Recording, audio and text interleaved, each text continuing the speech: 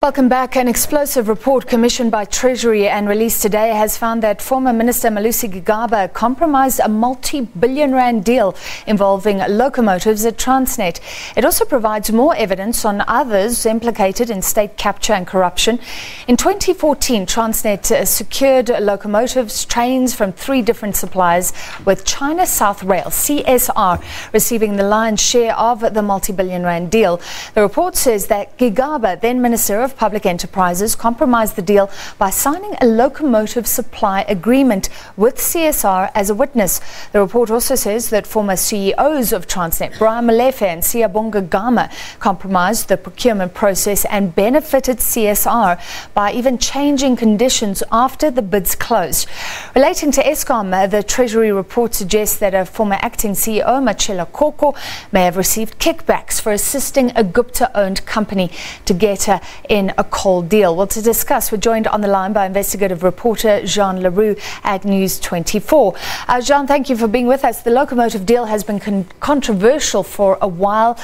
Claims in the Gupta leaks, claims of kickbacks. How did Gigaba compromise the deal, firstly, by signing this locomotive supply agreement? Good evening, Francis. The signing of that agreement by Gigaba as a witness didn't compromise the deal as much as it might have, caused some trouble for the department at a later stage. Basically, what happened in this case, it was a signing ceremony that Gigaba attended in his capacity as the Minister of Public Enterprises at the time.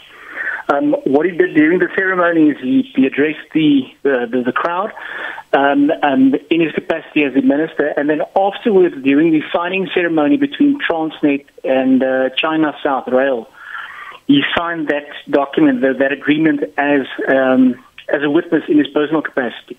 Obviously, this might have caused some troubles later on if there's any litigation that was pending. During his speech at the time as well, he made mention of the 1,064 locomotives that Transnet was still intending to procure at a later stage, which might also become troublesome if you have the Minister of Public Enterprises signing off as a witness on one of these contracts. So it could look like he favoured the Chinese bidders when there were other bidders and the process had not been completed, basically. That's correct, yes. This particular agreement was in respect of 95 locomotives. All of this formed part of a much broader renewal project that Transnet was engaged in to renew the locomotives that they had on the tracks at that stage. Okay. So what happened was because the 1,064 locomotive project was a much longer-term project, they needed to get a few of these locomotives quicker, and hence the 95 locomotive contract and then a subsequent 100 locomotive contract.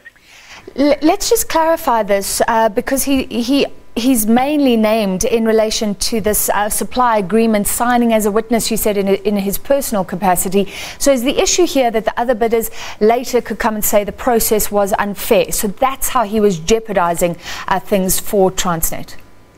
That's correct, yeah, because the 1,064 locomotive contract had not been finalized as yet.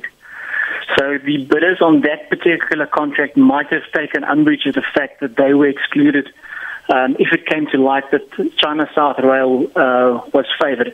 And this, in fact, did transpire during a second batch of 100 locomotives that were purchased.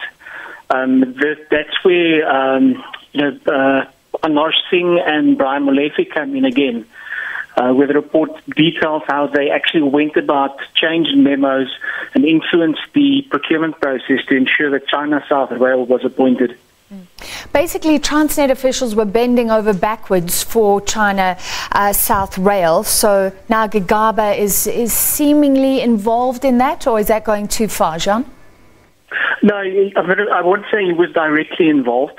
From what it looks as, it does seem that he abrogated a lot of his duties as the Minister of Public Enterprises.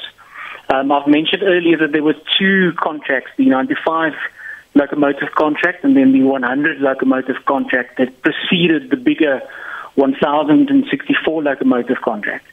Now, on the 100 locomotive contract, Gigaba was, for example, required to give his approval before the 4.8 billion rand deal could go ahead. The report actually details how Gigaba, in the very same letter that he still asked for further information, actually approved the almost 5 billion rand contract at the same time. So you've got a situation where the Minister for Public Enterprises lacks the information that he needs to make an informed decision, and at the same time also approves that transaction.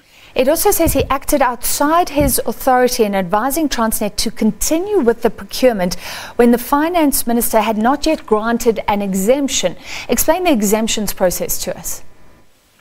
Basically, what would have happened in this case is there's various thresholds contained in the Public Finance Management Act. The PFMA requires, in instances where certain thresholds are met in terms of acquiring and disposing of public assets, that these transactions be approved firstly by the executive of that department. In this case, it would have been the Department of Public Enterprises. And then when it reaches a certain threshold, that also needs to be approved by the National Treasury in this case. Now, what happened with the approval that Gigaba extended to Transnet is he was actually not authorized to do that. He was basically usurping the powers of the Finance Ministry when doing so.